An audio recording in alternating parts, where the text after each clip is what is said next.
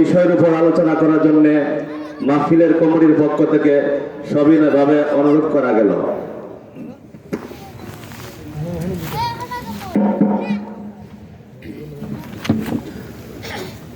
السلام عليكم ورحمة الله وبركاته.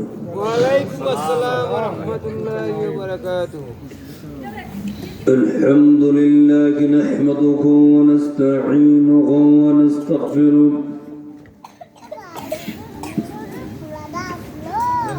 ونعوذ بالله من شرور أنفسنا ومن سيئات أعمالنا. من يهده الله فلا مضل له ومن يضلله فلا هادي له. ونشهد أن لا إله إلا الله وحده لا شريك له.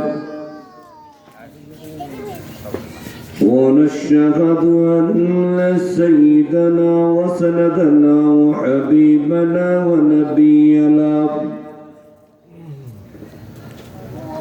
ومولانا محمدا عبده ورسوله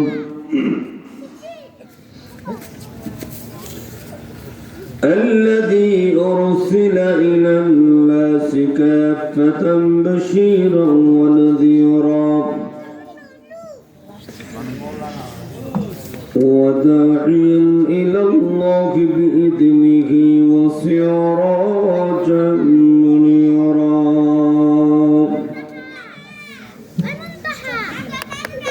أما بعد فقد قال الله تبارك وتعالى في كلامه المجيد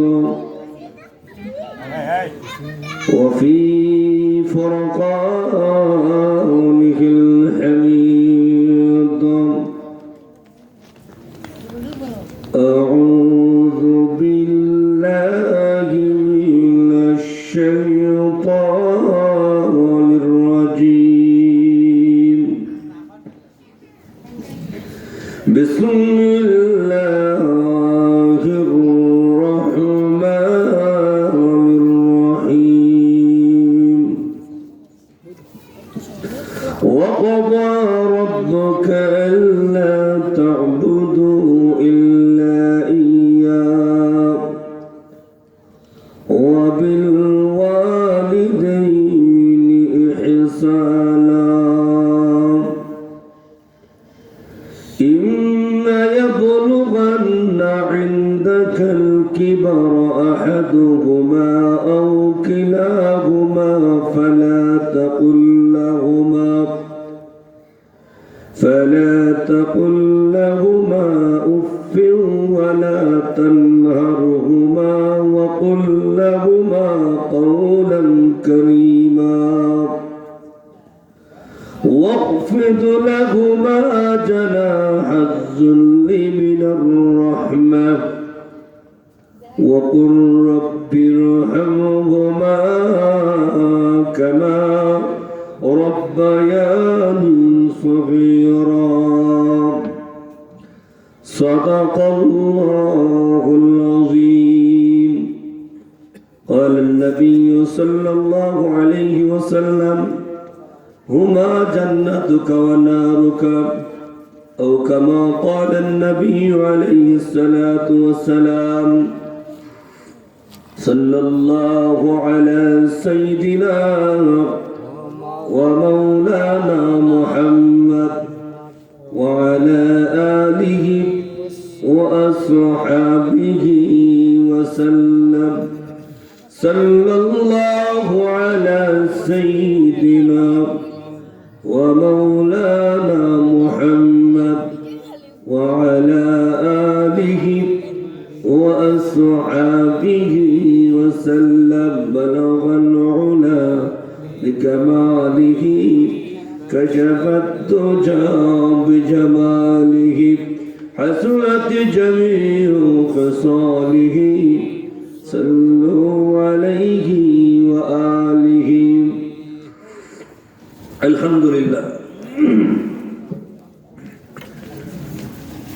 ঋষি কোরআন সুন্নাহ সংরক্ষণ পরিষদ কর্তৃক আয়োজিত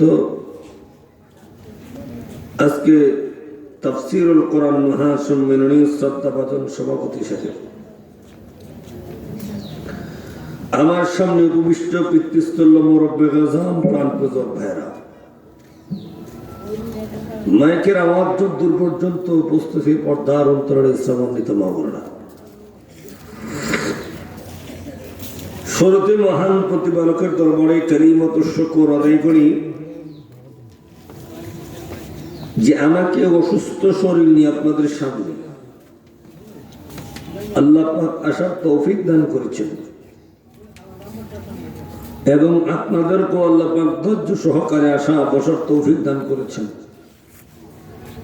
এই জন্য রবের দরবারে অন্তঃস্থল থেকে কালিমাত শুকর আদায় করি, জবান খুলে বলি আলহামদুলিল্লাহ।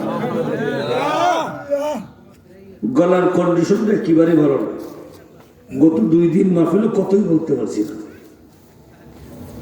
গতকালকে আর আজকে একটু মোটামুটি কথা আওয়াজ বের হয়, বাকিটা আওয়াজই বলেছে, এমন অবস্থায় কথা বলতে হয়েছে। এরপরও কর্তৃপক্ষের কাছে আবদার রাখছিলাম যে ভাই আসবো না, হেরা বলছেন না আওয়াজ লাগবে, বাংলা গলা নিয়েও গেছি, এছাড়া হত নাই আমাদের।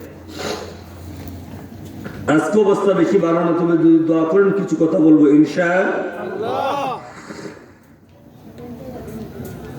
এই যে আমরা কালিমাত শুকর আদায় করলাম, নবীজি এক হাদিসের মধ্যে বলেন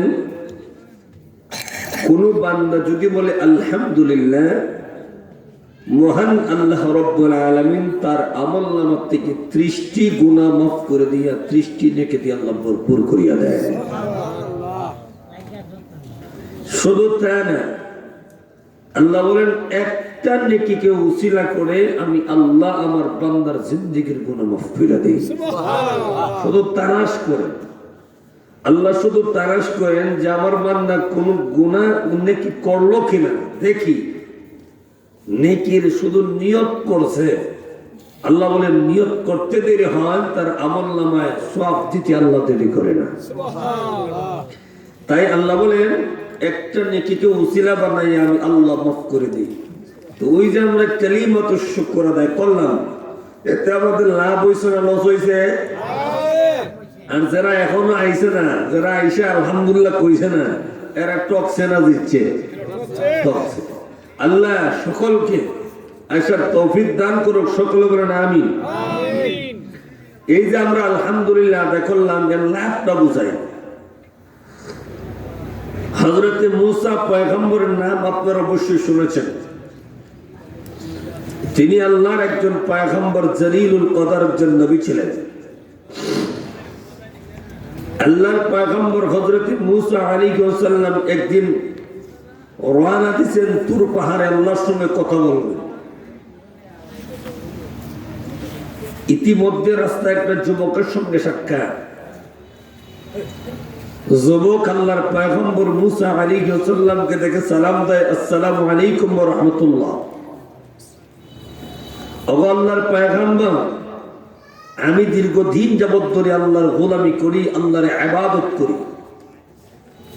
আমি যে আল্লাহর গোলামি করি, আল্লাহ পাক আমাকে জান্নাতে দিবেন না জাহান্নামে দিবেন, আল্লাহর কাছ থেকে যাই না যদি একটু বলতেন। হযরত মূসা পয়গম্বর বলেন ঠিক আছে, আমি আল্লাহকে জিজ্ঞাসা করব। মূসা পয়গম্বর তুর পাহাড়ে গেলেন, আল্লাহর সঙ্গে কথাবার্তা বললেন। এক পর্যায়ে বলতেছেন, আল্লাহ আপনার এই প্রিয় বান্দা দীর্ঘদিন যাবত ধরে আপনার গোলামি করে জানতে চাচ্ছে জান্নাতে যাবে না জাহান্নামে যাবে, একটু দয়া করে বলতেন। আল্লাহ বলেন, হে মূসা, আপনি আমার বান্দাকে জানিয়ে দেন আমি আল্লাহ তাকে জাহান্নামে দেব। জোরে কর নাউযুবিল্লাহ। ঋষি গ্রামবাসীর কাছে জানতে চাই, যে লোকটা আল্লাহর গোলামি করে আল্লাহর ইবাদত করে এখন যদি শুনে জাহান্নামে যাবে, কষ্ট পাইবনি? ভিতরে কিছু আঘাত লাগবে না? যে আমি আল্লাহর গোলামি করি আর ঘর আমি জাহান্নামে যাব, এটাই স্বাভাবিক কষ্ট লাগাটা। কথা বলেন ঠিক না? আর সহজে বুঝাই, ঋষি বাজারে আমি তো জীবনের প্রথম ঋষি ঢুকছি, যদিও বারে কারণ যারা কিন্তু জীবনের প্রথম রিসিতে ঢুকছি। এই রাস্তা দিয়ে সবসময় আওয়াজ করি মাহফিলে যাই, সহজে ব্রাহ্মণবাড়িতে উঠতে যাইবা। তো এবার বলুন, রিসি বাজার জানি না কত বড়। রিসি বাজার এমন কোন দোকান আছে না যে কর্মচারী থাকে? আছে না? কর্মচারী এমন একটা দোকানে থাকলো, কর্মচারী মাজনের সব কথা মানে একটু বিভক্তে যায় না, কিন্তু কর্মচারী মাজনের মন হয় না। কি হয় না? এবার আপনারা বলেন, কিছুদিন পরে ওই কর্মচারীর দোকানে থাকবে না চলে যাবে? কেন? যে আমি মাজনের সব কথা মানি, মাজন আমার প্রতি সন্তুষ্ট না, অত ওই দোকানে থাকা যাবে না, এটাই স্বাভাবিক। কথা বলেন ঠিক কিনা? এবার দেখি মুসা পয়গম্বর কি বলতেছেন, যুবককে বলতেছেন। তিনি যখন আল্লাহর সঙ্গে কথাবার্তা বলে শেষ চলে আসতেছেন, যুবক আল্লাহর পয়গম্বরকে দেখে সালাম দেয়, আসসালামু আলাইকুম। ও আল্লাহর পয়গম্বর, আপনি কি আল্লাহকে জিজ্ঞাসা করেছিলেন আল্লাহ আমাকে জান্নাতে দিব না জাহান্নামে দিব? হ্যাঁ। আল্লাহ কি বলছে? আল্লাহ বলছেন তোমাকে জাহান্নামে দিব। এই কথা শোনার পরে যুবক বিরক্ত হওয়ার কথা, কষ্ট পাওয়ার কথা যুবকের জবান থেকে বের হয়েছে আলহামদুলিল্লাহ। আল্লাহর পয়গম্বর বলেন, কি রে, আল্লাহ তোকে জাহান্নামের আগুন দিয়ে জ্বালাইবো, তুই দিকে আল্লাহ শুকিয়ে দেখো, কিছুই তো বুঝলাম না। যুবক ডাক দেয়, বলো আল্লাহর পয়গম্বর, আমি কেন আল্লাহর শুকরিয়া আদায় করবো না? আল্লাহ আমাকে দুনিয়াতে পাঠাইছে, আল্লাহ পাঠাই আল্লাহ জাহান্নামে দিব, আমার কি তাইছে গেছে? এই বলি আর যুবক আল্লাহর কুদরতি বা সাজদা দিয়েছে কার পায়? মুসা নবী চলে যাইতেছেন, যুবক আল্লাহর কুদরতি বা সাজদা দিয়ে আমার আল্লাহকে ডাক দেবে, প্রভু বুঝতে পেরেছি দীর্ঘদিন যাবৎ ধরে যদিও তোমার গোলামি করি গো, সঠিকভাবে বলা হয় তোমার গোলামি করতে পারি নাই, এই জন্য বুঝি তুমি আমাকে জাহান্নামের আগুনটা জ্বালাইবা।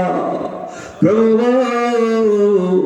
আমার মতন গুনাহগারকে তুমি যদি জাহান্নামে আগুনটা জ্বালাও, তোমার তো যারা পরিমাণ সম্মান বাড়বে না।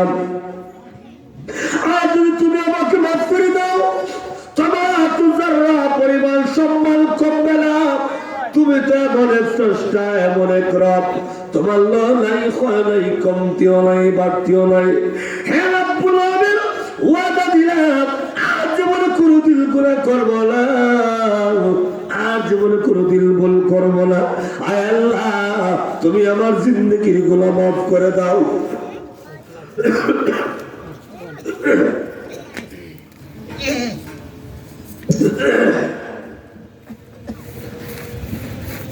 এবার যখন যুবকটা চৌকির বাড়ি ছেড়ে ত্যাগ করলে, হ্যাঁ রব্বুল আলামিন ওয়াদা দিলাম আজ জীবনে কোনোদিন গুনাহ করব না, আর কোনোদিন আমি অন্যায় করব না। আয় আল্লাহ, তুমি আমার জিন্দেগির গুনাহ মাফ করে দাও। হ্যাঁ প্রভু, তবে যদি মাফ না করে দাও, বলো না কোথায় যাব, কার কাছে যাব, কার কাছে গিয়ে আমি আশ্রয় যাব? দুনিয়ার জমিনে কোন সন্তান যখন অপরাধ করে আব্বু জায়গা দেয় না, আম্মু জায়গা দেয় না, কিন্তু সন্তানকে যখন মা বাপ বাড়ির থেকে তারা দেয়, ওই সন্তানটা মা বাবার দরবার থেকে চলে যায় না। একবার দুইবার তিনবার ওই সন্তানটা মায়ের কাছে এসে মাপ চায়, বাবার কাছে এসে মাপ চায়। প্রভু, ওই মা বাপ যখন সন্তানকে মাপ না করে থাকতে পারে না, তার সন্তানটাকে টানলে খুলে উঠায় আনে। হ্যাঁ রব্বুল আলামিন, সন্তানকে যদি মা বাপ টানলে আজকে খুলে উঠায়, তুমি তো মা বাবার করে কোটি কোটি কোটি গুণ মায়ের থেকে যারা পরিমাণ মায়া দিয়েছো, তুমি তো এক চাইতে কোটি কোটি গুণ বেশি মায়া করো তোমার বান্দাকে। আয় আল্লাহ, তুমি তোমার বান্দাকে তোমার রহমতের দরবার থেকে তাড়ায়া দিও না। এই বলে যখন বাংলা চৌকির বলে চুরি দেখাবে, এমনি একটা আওয়াজ শোনা যায়, বাংলা রে সাজদার থেকে মাথা ওঠা, আর কান্দিস না, আমি মহান আল্লাহ তোর জিন্দেগির গুলো মাফ করে দিলাম। মাফ করছেন কে? আল্লাহ এখন নাই? হ্যাঁ, আল্লাহ এখনো আছে। আল্লাহ বলেন আমি আল্লাহ এখন আছি, আগে যে বলছিলাম এখন আমি আল্লাহ আছি, তো আল্লাহ আছেন তা আমাদের দিকে অবস্থার পরিবর্তন হয় না। আল্লাহ দিকে আমাদের আসমানি গজব দেয়, আল্লাহ দিকে জমিনি গজব দেয়, শিলা বৃষ্টি দেয়, ওয়ালা বৃষ্টি দেয়, বেঈমান কাফের মুশরিকদের হাতে আল্লাহ দিকে মায়ের খাওয়ায়। আল্লাহ ঠিকই আছেন, আমরা পরিবর্তন না। আল্লাহ ঠিকই আছেন, কে পরিবর্তন না? আমরা পরিবর্তন না বলতে নামাজ পড়ি না, রোজা রাখি না, হজ করি না, যাকাত দেই না, পর্দা থাকি না, সুদ তো একবারে খায় না। সুদ একবারে খায় না, খায়। আমি আল্লাহ আগে যে বলছিলাম, এখন আমি আল্লাহ আছি, আমার নাই, কমতিও নাই, বাড়তিও নাই রে বান্দা। আগে যেমন ছিলাম এখনো ঠিকই আছি, তবে তুমি পরিবর্তন না। আগে আমার বাল্লা তার গুনার অনুশোচনা হইয়া যেই গুনার উপর বাল্লা তওবা ইস্তিগফার করেছে, মৃত্যু পর্যন্ত বান্দার কোনোদিন গুনাহ করে নাই, আমি আল্লাহ তার জিন্দেগির গুনাহ মাফ করে দিতাম। এখনো যদি তুমি তোমার সমস্ত গুনার উপর শর্মিন্দা হইয়া এখনো যদি তুমি তওবা ইস্তিগফার করে খাঁটিভাবে আমি আল্লাহর কাছে ফিরে আসতে পারো, আমি আল্লাহ তোর নাকের আগে পানি পৌঁছার আগে আগে আমি আল্লাহ তোকে রহমতের কুলে উঠালে।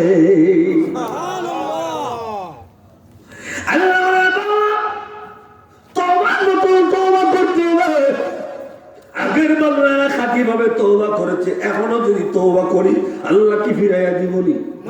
আরো জোরে কর। আমার যুবককে সাজদা থেকে মাথা উঠাইয়া আল্লাহর পয়গম্বর মুসা আলাইহিস সালাম রাস্তা দেখে যাইতেছেন। এবার আল্লাহর পয়গম্বর মুসা আলাইহিস সালামকে যুবক ডাক দেয়া বলে, আল্লাহর পয়গম্বর আপনি একটু দাঁড়ানো। পয়গম্বর কখনো মিথ্যা কথা বলতে পারে? নবীরা কখনো মিথ্যা কথা বলতে পারে? আল্লাহর পয়গম্বর আপনি বলেছেন আমি জাহান্নামে যাব, কথা ঠিকই আছে, কোনো সন্দেহ নাই, কোনো ইখতিলাফ নাই, আমি জাহান্নামে যাব গো। তবে আমি একটা আওয়াজ পাইলাম, আল্লাহ বলেছেন আমার জিন্দেগির গুনাহ মাফ করে দিয়েছেন, আমি কোনটা বিশ্বাস করব, আমি জান্নাতি না জাহান্নামী?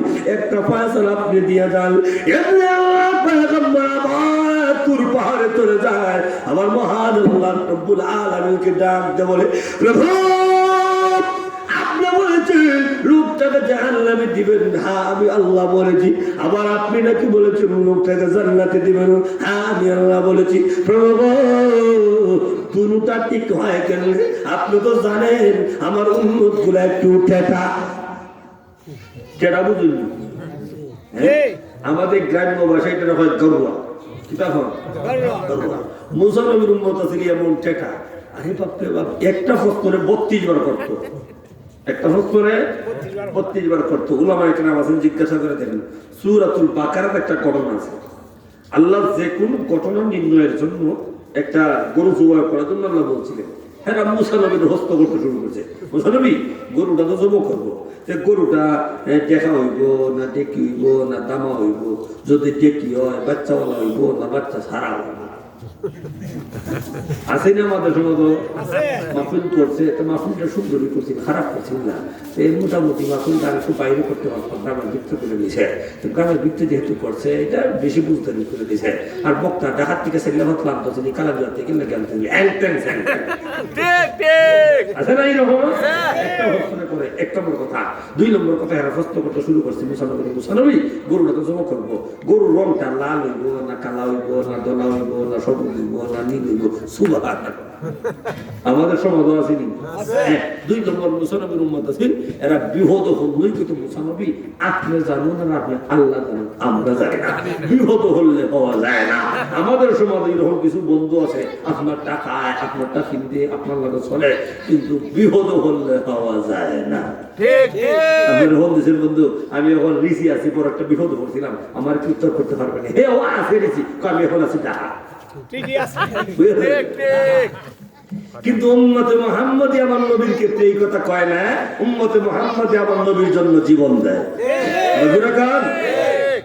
উম্মতে মুহাম্মদী বলে, হে রাসূল কারীম সাল্লাল্লাহু আলাইহি সাল্লাম, ভয় করবেন না, টেনশন করবেন না, চিন্তা করবেন না। কোন নাস্তিক মুরতাদ বেঈমান কাফের যখন ইসলামের ইবাদত করে, আমার নবীকে যখন ব্যঙ্গচিত্র করে ছবি আঁকে, কোরআনকে যখন গালি দেয়, আল্লাহকে যখন গালি দেয়, তখন উম্মতে মুহাম্মদী আমার নবীর জন্য, কোরআনের জন্য, ইসলামের জন্য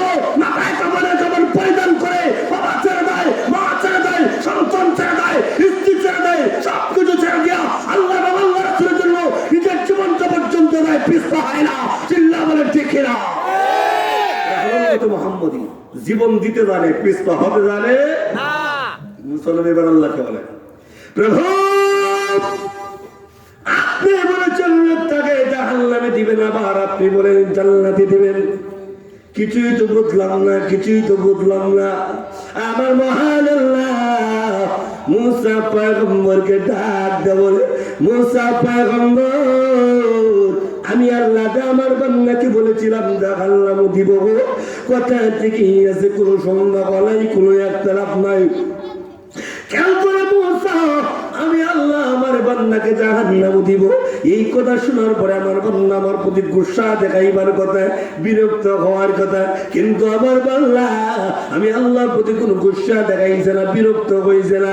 ওই যে আমার বান্দা আমি আল্লাহর দরবারে কালিমাতুল শুকর আদায় করে আলহামদুলিল্লাহ বলেছিল, আমি আল্লাহ এটাকে উসিলা বানাইয়া আমি মহান আল্লাহ আমার বান্দার জিন্দগির গুনাহ মাফ করে দিয়েছি। এবার বলুন তো দেখি আল্লাহ পাক উসিলা বানায় মাফ করে দেয় কিনা? তাই আবার আল্লাহ রাব্বুল আলামিন এই রিসি তাফসীরুল কোরআন মহা সম্মেলন আল্লাহ পাক আশা পোষক তৌফিক দান করেছেন। এজন্য জোরে সোরে সকলে বলি আলহামদুলিল্লাহ। মুহতারাম হাজিরিন, আমি আপনাদের সামনে আল্লাহর পবিত্র কোরআনুল কারীম থেকে সূরা বনী ইসরাঈল 23-24 নম্বর আয়াতে কারিমা তেলাওয়াত করেছি।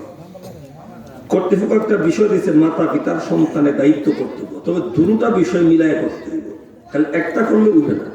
দুটা বিষয় আলোচনা পাশাপাশি রেখে করতে হবে। সন্তানের পিতামাতার সন্তানের দায়িত্ব বুঝতে হবে, আর সন্তানও পিতামাতার দায়িত্ব বুঝতে হবে। দুটা মিশ্রিত থাকতে হবে ইনশাআল্লাহ।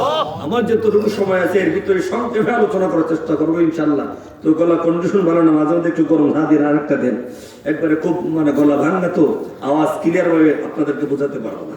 আসুন আমার তেলাওয়াত কি তো আয়াত আল্লাহ বলেন, ওয়াকাদা রাব্বুকা আল্লা তা'বুদু ইল্লা ইয়্যা।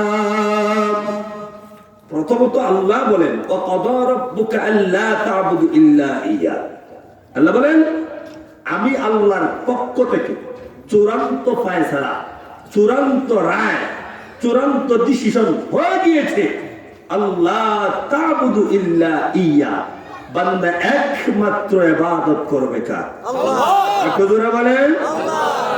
বলুন তো দেখি ইবাদত করার জন্য নির্দিষ্ট হয়ে গিয়েছে না নির্দিষ্ট হবে? হয়ে গেছে, হয়ে গেছে। আল্লাহ বলেন ওয়াকাদা রাব্বুকা আল্লা তা'বুদু ইল্লা ইয়্যা। আল্লাহ বলেন আমি আল্লাহর পক্ষ থেকে চূড়ান্ত ফয়সালা, চূড়ান্ত রায়, চূড়ান্ত ডিসিশন হয়ে গিয়েছে, আল্লাহ তা'বুদু ইল্লা ইয়্যা, বান্দা একমাত্র ইবাদত করবে কার? আল্লাহ। আল্লাহ বলেন এটা আমি আল্লাহর পক্ষ থেকে চূড়ান্ত ফয়সালা দিলাম। দেওয়ার হলে আল্লাহ বলেন আমি আল্লাহ আমার ইবাদতের জন্য বলছি, আমার গোলামি করার জন্য বলছি। আমার ইবাদত বলতে আমি আল্লাহর যত হুকুম আহকাম বিধিবিধান আছে সবগুলো তোমাদেরকে মানার জন্য বলছি। এটা হলো আমি আল্লাহর হক, এটা হলো আমি আল্লাহর হক। এরপর আল্লাহ বলেন আমি আল্লাহর হকের পরে, আমি আল্লাহর হকের পরে দ্বিতীয় যে হক বান্দার উপর, আল্লাহ বলেন আমি আল্লাহ তোমাদেরকে জানিয়ে দিলাম ওয়াবিল ওয়ালিদাইনি ইহসানা। আল্লাহ বলেন আমি আল্লাহর হকের পরে, আমি আল্লাহর ইবাদতের পরে, প্রত্যেকটা ব্যক্তির উপরে, প্রত্যেকটা সন্তানের উপরে আমি আল্লাহ জানিয়ে দিলাম আমি আল্লাহর ইবাদতের পরপরই প্রত্যেকটা সন্তান তার পিতামাতার খেদমত করবে। কার খেদমত? পিতামাতার। এবার আসুন পিতামাতা কাকে বলে, সন্তান কাকে বলে? সাবজেক্ট দুইটা। পিতামাতা কাকে বলে, সন্তান কাকে বলে, আগে বোঝার দরকার। এক নম্বরে যারা আছেন মাইকের আবার যদ্দূর যায় বুঝবেন, যারা সামনে আছেন আপনারা বুঝেন।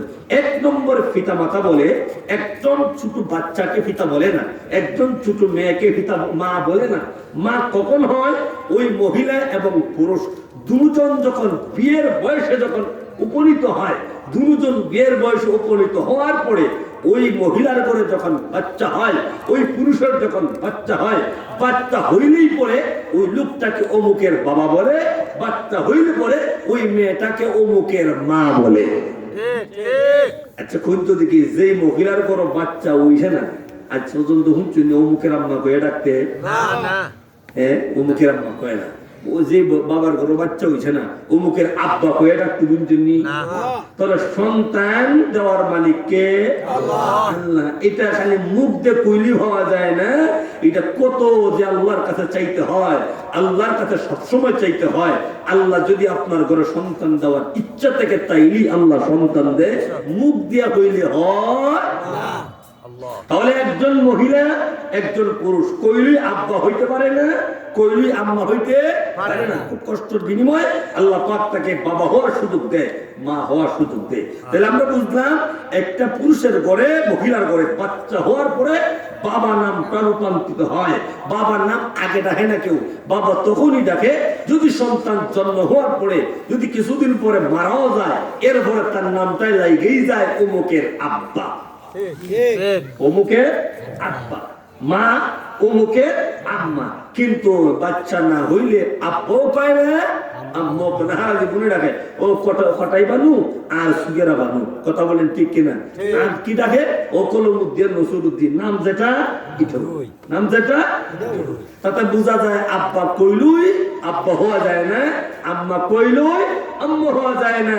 কষ্টের বিনিময় আল্লাহর হুকুম হইলেই আব্বা হওয়া যায়, আম্মা হওয়া যায়, কথা বলেন ঠিক কিনা? এখন সন্তান তুমি তো হইছো, এটা হইলো মা এবং বাবার ক্ষেত্রে। আর তুমি তো হইছো, তুমি যেই মা এবং বাবার গর্ভ জন্ম দিছো, ওই মা ওই বাবা তোমাকে খুব কষ্টর কারণে কষ্টর সহিত তোমাকে জন্ম দিয়েছে। মা সহজভাবে জন্ম দেয় নাই, তোমাকে জন্ম দিতে গিয়া কত মা মৃত্যুবরণ পর্যন্ত করেছে। তোমাকে জন্ম দিতে গিয়া মা কত কষ্ট, মা কত আনন্দ মাটি দিতে তোমাকে জন্ম দিতে গিয়া।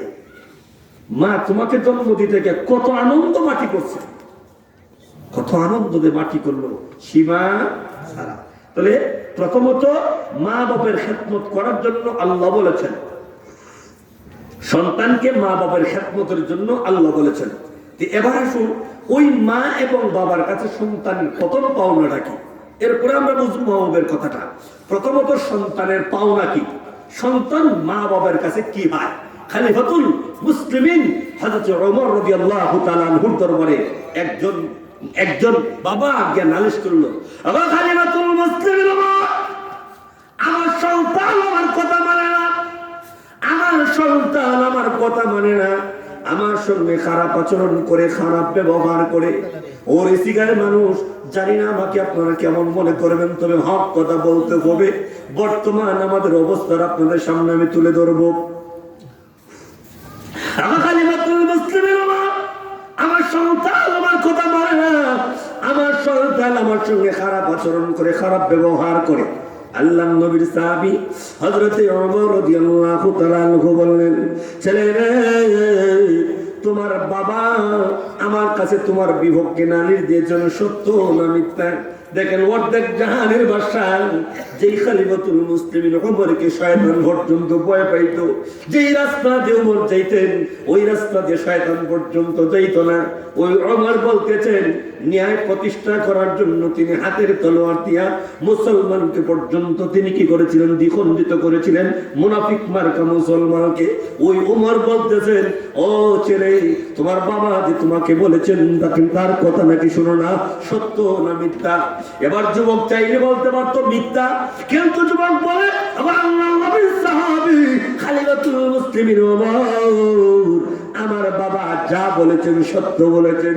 কি বলেছেন? আরো জোরে কান। আমার বাবা আমার বিপক্ষে যে নালিশ দিয়েছেন আমার বাবা সত্য বলেছেন। তবে গো খলিফাতুল মুসলিমিন ওমর একটা জিনিস জানতে চাই, বাবা শুধু আপনার কাছে নালিশ দিল, বাবার হকের কথা বললো, আমি জানতে চাই বাবার কাছে আমার কোনো ভাবনা আসেনি,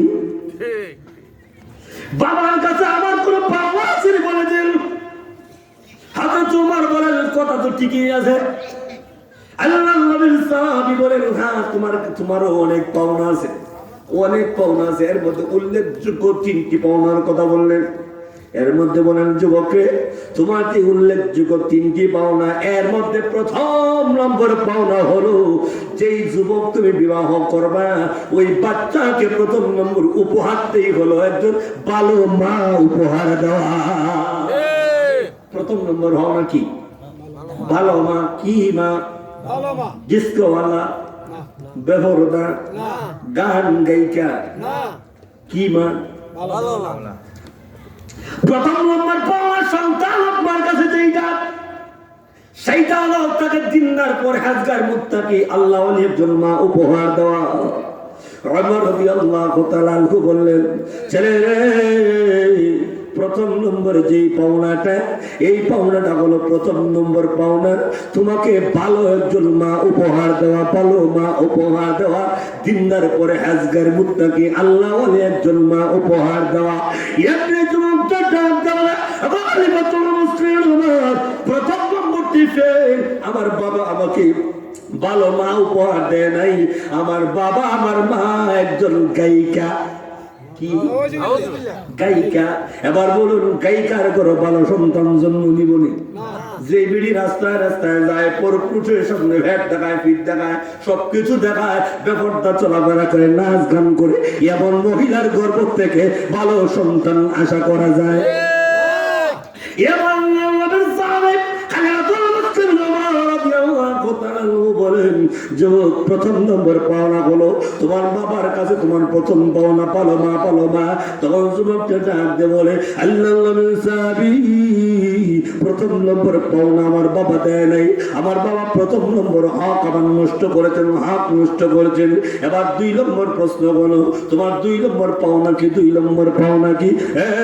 যুবক, 2 নম্বর পাওনা হলো প্রত্যেকটা বাবার কাছে ওই সন্তান যখন দুনিয়ার জমিনে আগমন করবে, ওই সন্তান যখন দুনিয়ার জমিনে জন্মগ্রহণ করবে, তখন তার জন্ম নেওয়ার পরে, জন্ম নেওয়ার সাথে সাথে তার ডান কানে আযান, বাম কানে ইকামত দেওয়া।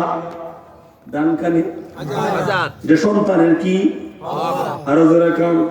ডান কানে আযান দেওয়া, বাম কানে ইকামত দেওয়া। ডান কানে আযান কেমনে দিব, বাম কানে আযান কেমনে দিব?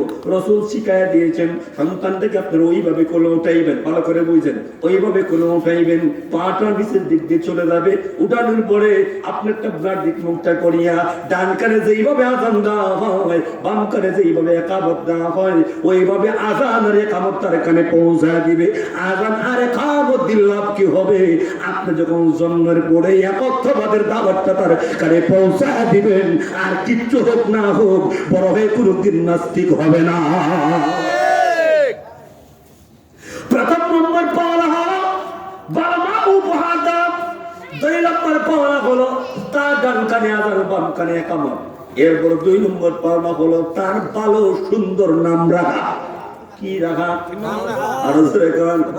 এখন যে নাম আমরা রাখি, বাপরে বাপ, নাট বল্টু স্কিপ দেবে না, বেরানা খেলে না, বেবি, কথা বলে আছে সমাজের মধ্যে। আঙ্গুর আপেল দেবে না, ইতো তোমার আমার আছে।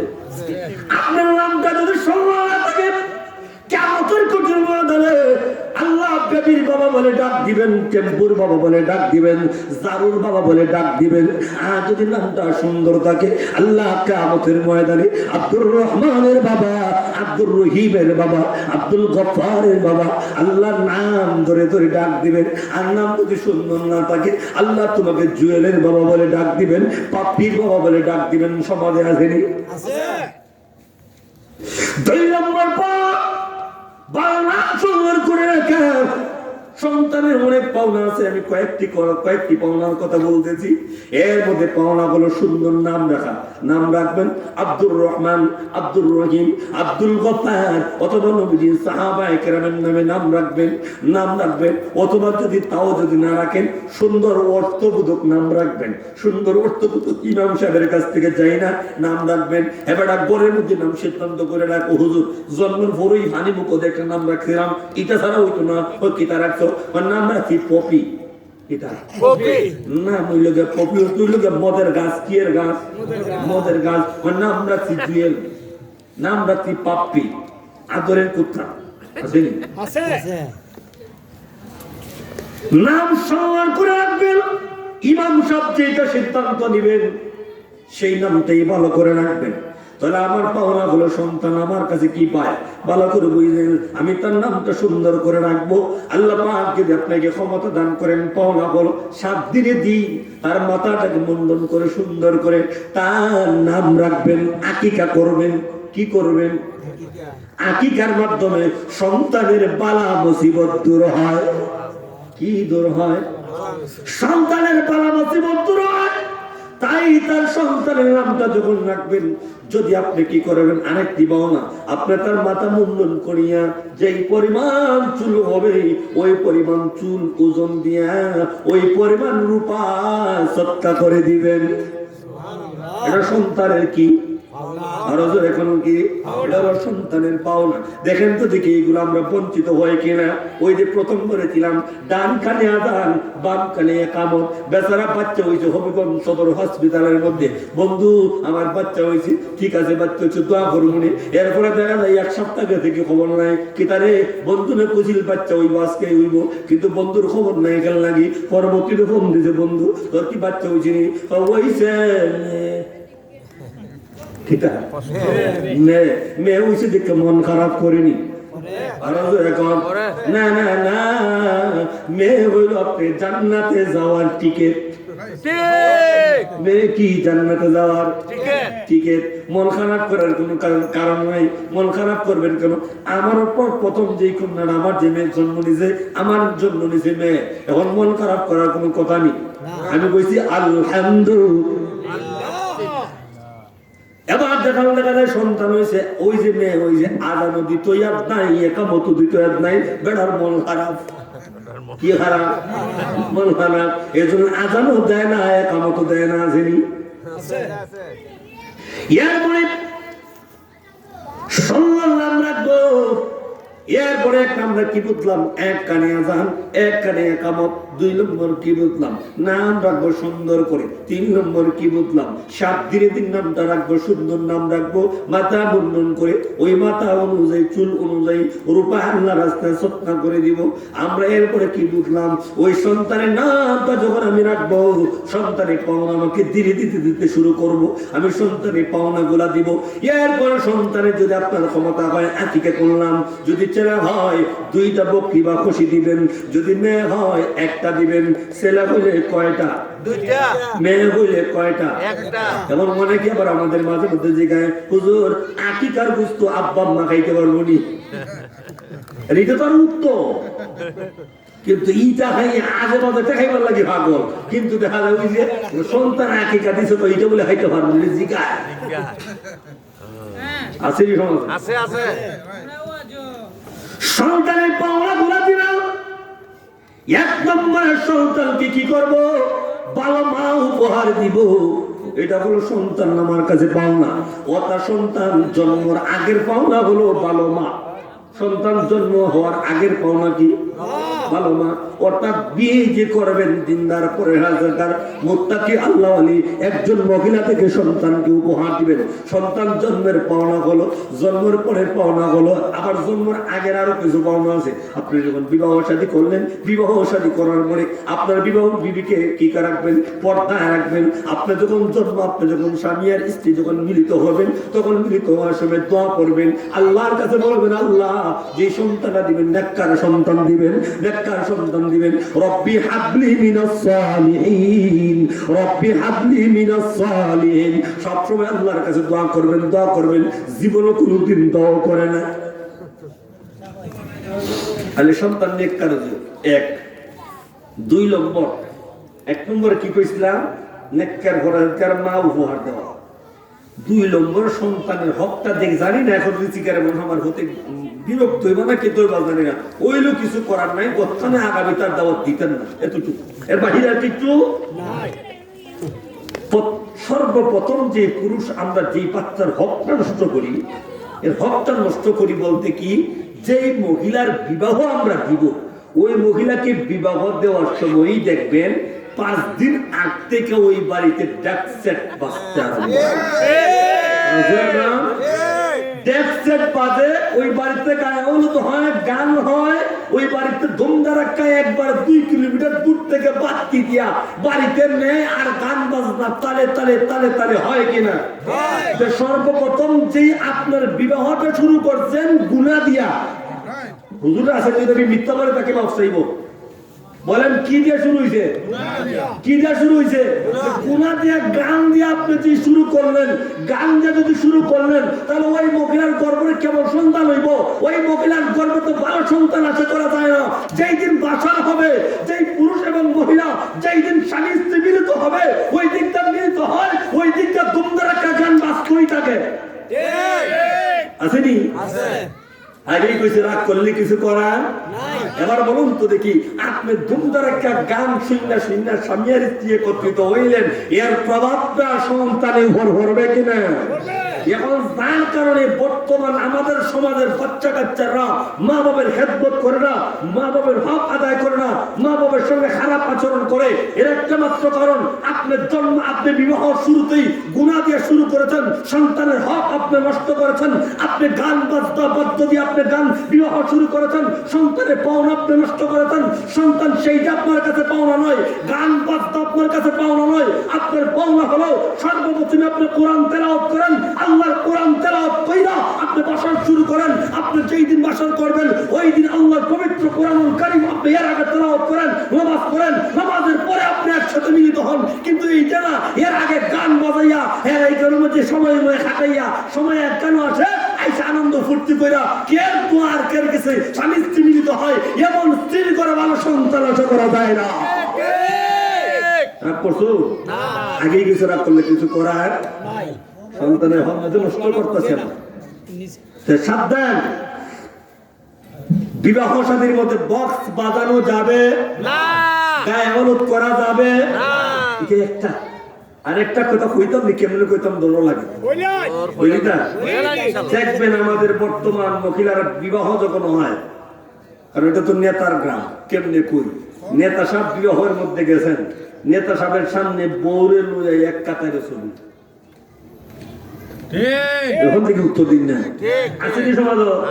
আর ধরে খান এখানে নেতা আছে, নেতার সামনে স্বামী আর স্ত্রী একত্রিত হইয়া ওই মহিলাটিকে নিয়ে ব্যবহারটা হইয়া ছবি তুলে নি। এবার আপনার কাছে কাজ জানতে চাই, বলুন তো দেখি ওই মহিলার হক, ওই বাচ্চার হক নষ্ট করা হইল কিনা? তাহলে আমি যদি যাই, মনে করেন আমাকে দাওয়াত দিয়েছেন, আমার সামনে আরেকটা মহিলার ছবি তোলা হবে, তার স্ত্রীর ছবি তোলা হবে। আমার স্ত্রীর ছবি কেমন তোলা হয় দেখবেন, স্বামীও জায়গা একটু দূরে, নেতার সামনে তাকে নাই। মিথ্যা করলে বলেন যে আমি মিথ্যা বলতেছি, আমি দেখাইতে পারবো। আগে বলছি রাগ করলো কিছু করার নাই। সন্তানের হক নষ্ট করতেছেন আপনারা। আমরা আমাদের সন্তানের হক কিভাবে নষ্ট করি? ওই মহিলার ব্যাপারটা বের হয়, আপনাকে পর্দা থাকার কথা, আপনি পর্দার ভিতরে থাকবেন। কে বলছে আপনাকে অমুকের সামনে গিয়া লাইন ধরে ছবিটা ফেসবুকে তুললেন আর ফেসবুকে চাইরা সারা বিশ্ব ছড়াইয়া ছিটাইয়া করে নিন? এটা করবেন না। তাহলে আমার বিবাহ বাড়িতে সন্তানের যে পাওনাগুলো নষ্ট করি, এর মধ্যে হলো সন্তানের ভালো উপহার দিই না। গান বাজনার যন্ত্র দিয়ে আমি কি করি? আমি আরম্ভ করি ওই গান বাজনার যন্ত্র দিয়ে যখন বিবাহ শুরু করলাম, জানিয়ে রাখেন ওই মায়ের গর্ভ থেকে ভালো সন্তান আশা করা যায় না। কোনদিন ওই মায়ের গর্ভ থেকে ভালো সন্তান জন্ম নিবে না। এবার সন্তান যখন জন্ম নিবে, এবার ডাকতে বলে সাহাবী, 2 নম্বর হক আমার বাবা নষ্ট করেছেন। আমার বাবা আমার নাম সুন্দর রাখে নাই, আমার বাবার জন্মের পরে আমার হক আদায় করে নাই। এবার আল্লাহর নবীর সাহাবী বলেন 3 নম্বর পাওয়া হলো ওই সন্তানটাকে দ্বীনি শিক্ষা দেওয়া। কি শিক্ষা দেওয়া? দ্বীনি শিক্ষা দেওয়া, দিনদারিত্ব শিক্ষা দেওয়া, ইলম শিক্ষা দেওয়া। কতটুকু পর্যন্ত ইলম শিক্ষা দিবেন? আপনি মাওলানা বানাবেন এটা তো শর্ত না। শর্ত হলো তালাবুল ইলমি ফরিদাতুন আলা কুল্লি মুসলিমিন, প্রত্যেকটা নরের জন্য ইলম তলব করা ফরজ। কতটুকু পর্যন্ত ইলম তলব করা ফরজ? যতটুকু ইলম তলব করলে পরে, যতটুকু ইলম তলব করলে পরে আপনি নামাজ বুঝেন, রোজা বুঝেন, পর্দা বুঝেন, হজ বুঝেন, ওযু গোসল বুঝেন, এক কথা বাকি আপনি নিজে ইসলামের প্রতি চলতে পারবেন, আরেকজনকে মোটামুটি বুঝাইবেন। ততটুকু ইলম তলব করা আপনার জন্য ফরজ। আপনার জন্য কি ফরজ? কিন্তু বেচারা দেখা যায় নামাজটাই শুদ্ধ করে পড়তে পারে না, ওযুটাও ভালো করে করতে পারে না। ওযু যদি করে এখানে বিজা থাকে না, হুকনা থাকে, অনেকে এখানে শুকনো থাকে, এখানে আবার দেখা যায় ওযু করে এখানে শুকনো থাকে, আছে আবার পায়ে দেখবেন ঘন্টার নিচে একটু গাঁথা জায়গা আছে, অনেকে দেখা যায় ওই গাঁথার জায়গাটাও শুকনো থাকে। ঠিক কিন্তু একজন আলিমের জান্নাতওয়ালা ব্যক্তি ওইভাবে হবে না। জান্নাতওয়ালা ব্যক্তি ভালো করে সুন্দর করে ভালো করে পানি দিয়া এখানকে ধুয়ে তারপরে পরিষ্কার করে ওযু করবে। কথা বলেন ঠিক কিনা? তাহলে 3 নম্বর পাওনা দ্বীনি ইলম শিক্ষা দেওয়া। তাকে ইলম শিক্ষা দিতে হবে। ইলম যদি শিক্ষা দেন ওই সন্তান কোনোদিন বড় হয়ে মা বাবার অবাধ্যে যাবে না। আচ্ছা আপনারা শুদ্ধ কয়জনে শুনছেন একজন আলিমের আব্বা আম্মারে বৃদ্ধাশ্রমে দিতে? হ্যাঁ, আরে ভাই আব্বা আম্মা তো আমাদের জন্য জান্নাত। কি জান্নাত? রাসূল বলেন হুমা জান্নাতুকা ওয়া নারুকা। মা বাপ তোমার জান্নাত, মা বাপ তোমার জাহান্নাম। মা বাপ যদি তোমার প্রতি আল্লাহর ইবাদতের পরে মা বাপ যদি তোমার প্রতি সন্তুষ্ট থাকে আল্লাহর করে জান্নাত। দুনিয়াতে কোন বড় পীর সামাম দুনিয়ার সমস্ত ওলিকে একত্রিত কইরা যদি আপনার জন্য দোয়া করান তাদের দোয়া কবুল হইতেও পারে নাও হইতে পারে, গ্যারান্টি নাই। কিন্তু একজন মা বাপ যদি সন্তানের জন্য দোয়া করে ওই দোয়া আল্লাহর কাছে ডাইরেক্ট কবুল হয়ে যায়। কারণ সন্তানের জন্য সবচাইতে বড় পীর হলো তার মা বাপ। সন্তানের জন্য সবচাইতে বড় পীর কে? মা বাপ। আরেকদিন একবার এখন আমার মা বাবার চাইতে আমার পীর হইল সবচাইতে বড়। নাউজুবিল্লাহ। কেমনটাই দেখেন। এবার আল্লাহর সাহাবীকে বলতেছে ও খলিফাতুল মুসলিমিন ওমর, আমার বাবা আমাকে দ্বীনি ইলম শিক্ষা দেয় নাই। আপনার সন্তানকে দ্বীনদারিত্ব শিক্ষা দিবেন। ওই সন্তান বড় হয়ে আপনার কোনোদিন হক নষ্ট করবে না, কষ্ট দিবে না, আপনাকে আঘাত দিবে না। তাহলে সন্তানের হক আমাদের পালন করতে হবে, সন্তানের হক আমাদের আদায় করতে হবে। তাহলে ওই সন্তান বড় হয়ে কোনোদিন আপনার হক আদায় করবে না। আর যদি আপনি সন্তানের হক যদি নষ্ট করেন, সন্তানের পাওনা যদি নষ্ট করেন, ওই সন্তান বড় হয়ে আপনার সঙ্গে খারাপ আচরণ করবে। কথা বলেন ঠিক কিনা? তাহলে আমাদের প্রত্যেকটা ব্যক্তিকে খেয়াল রাখার দরকার, আমাদের প্রত্যেকটা ব্যক্তিকে জানা থাকার দরকার। আমি যে বিবাহ করব, আমার যে স্ত্রীটা বিবাহ করব, ওই স্ত্রীর মধ্যে দিনদারিত্ব আছে কিনা। কিন্তু বর্তমানে আমাদের যুবকের অবস্থা হলো একটু সুন্দর যদি হয়, রাস্তা দিয়ে যদি হয়, দেখবেন আব্বা ইলার স্যার আমি বিয়া করতাম না। আসেনি সমাজে আব্বা প্রয়োজনে মরে জীবন কি প্রয়োজনে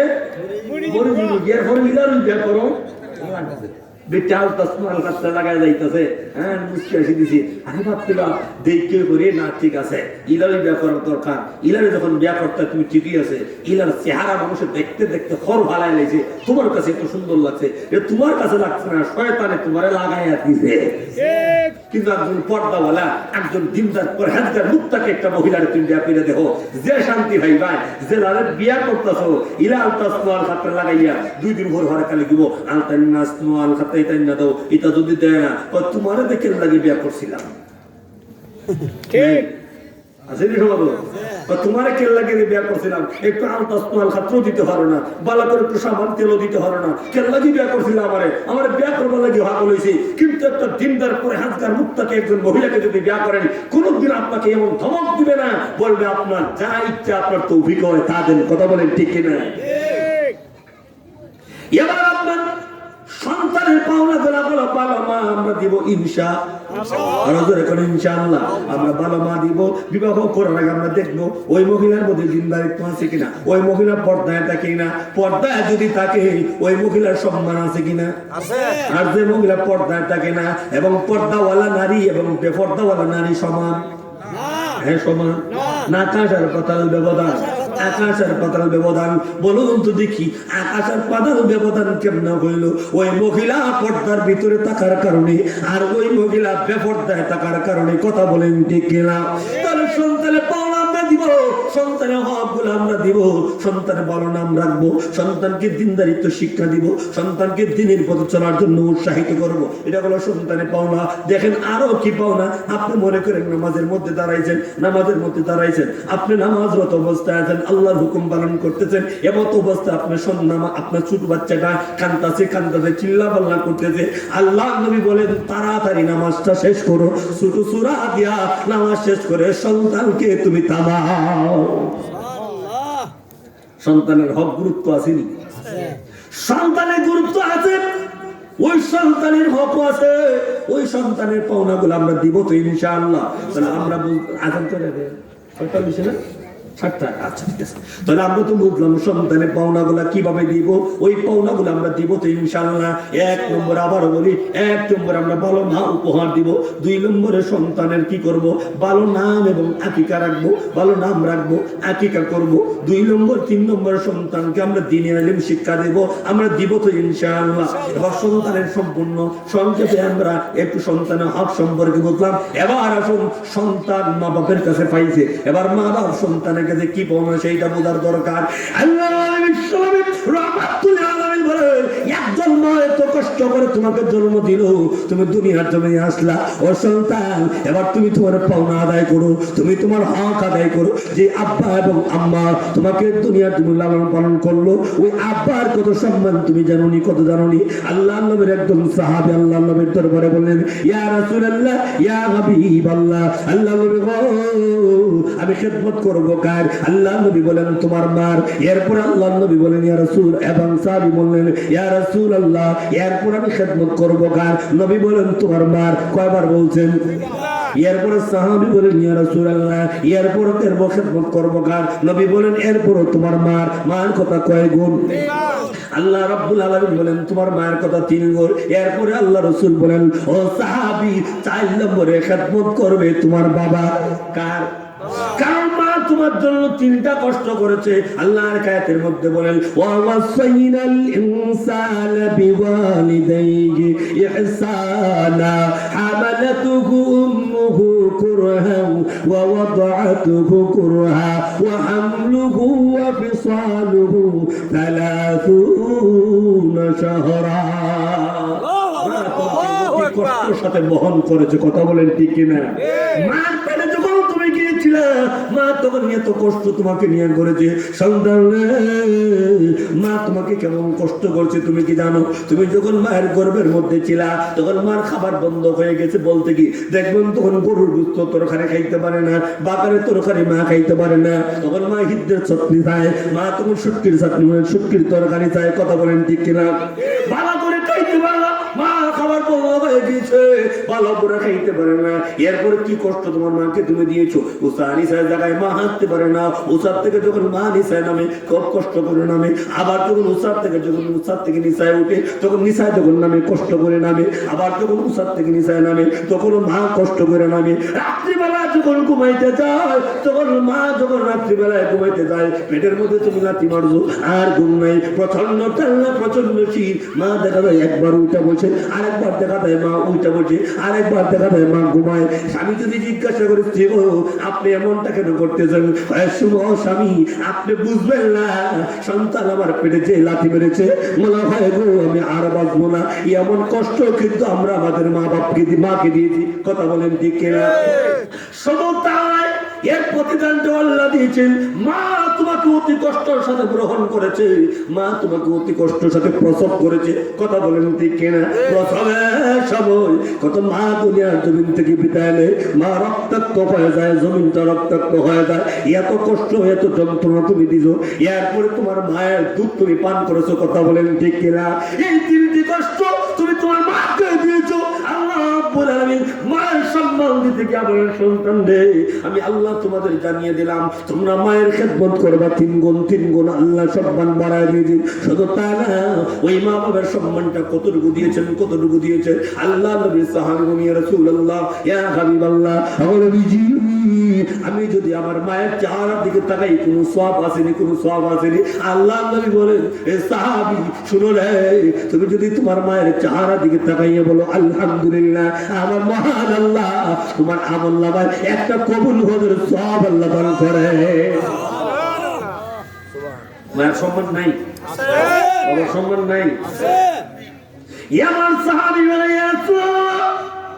আমি যদি একবার নয় 2 বার নয়, আমি যদি বারবার তাকাই কি সওয়াব হবে নি? নবী বলেন শোনো, তুমি মায়ের বাবার চেহারার দিকে যতবার তাকাইবা ততটা কবুল হওয়ার সওয়াব দান করবেন কে? আমার আল্লাহর বান্দার নাই? আল্লাহ বখিল?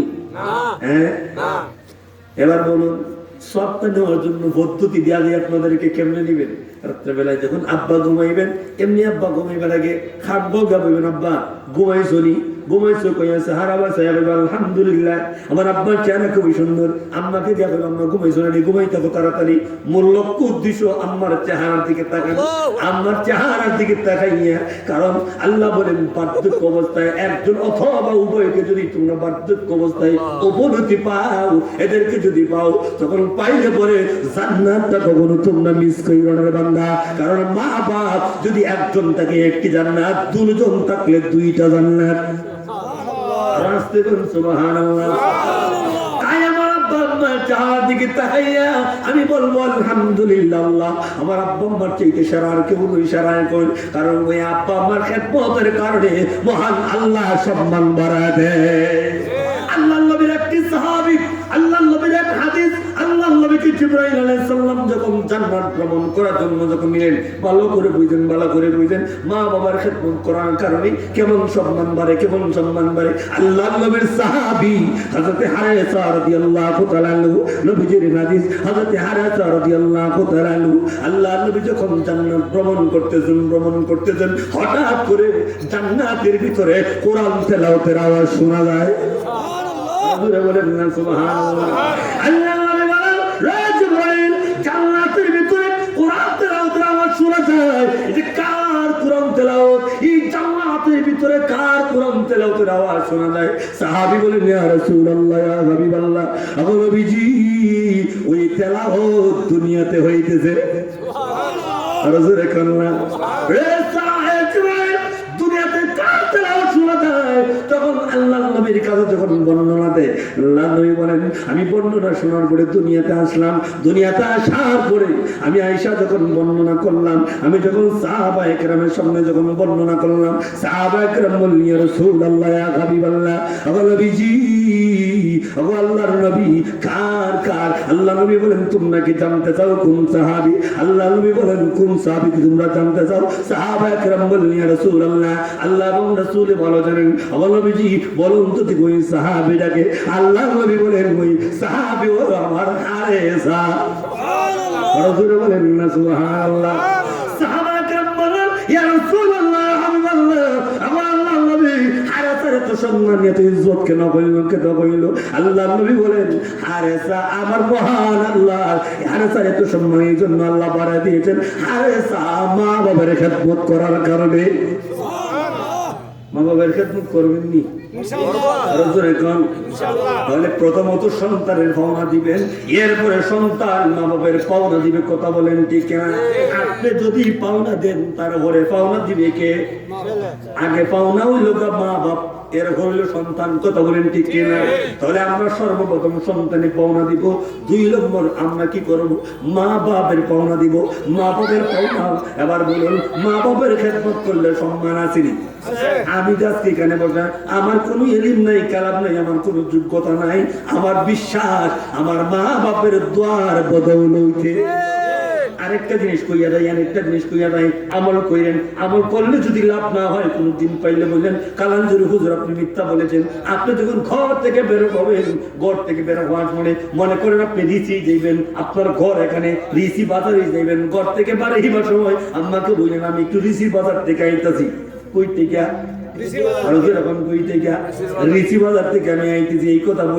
দেখবেন মা এবং বাবা আপনাকে দোয়া দিবেন, রাস্তাঘাটের কোন মুসিবত করবেন না। একটা মিনিট, ফোন দিবেন। আসসালামু আলাইকুম। হ্যালো, জি জি জি জি, আচ্ছা ঠিক আছে, ঠিক আছে, আসতে ইনশাআল্লাহ। এবার বলুন তো দেখি, আপনি ঘর থেকে বের হবেন, আপনার আব্বা বলবে আল্লাহর হাওলা। কি হাওলা? কিন্তু আপনি ওই দোয়াটা আপনার মা বাপের, এটা 100% গ্যারান্টি আল্লাহর কাছে কবুল হবে।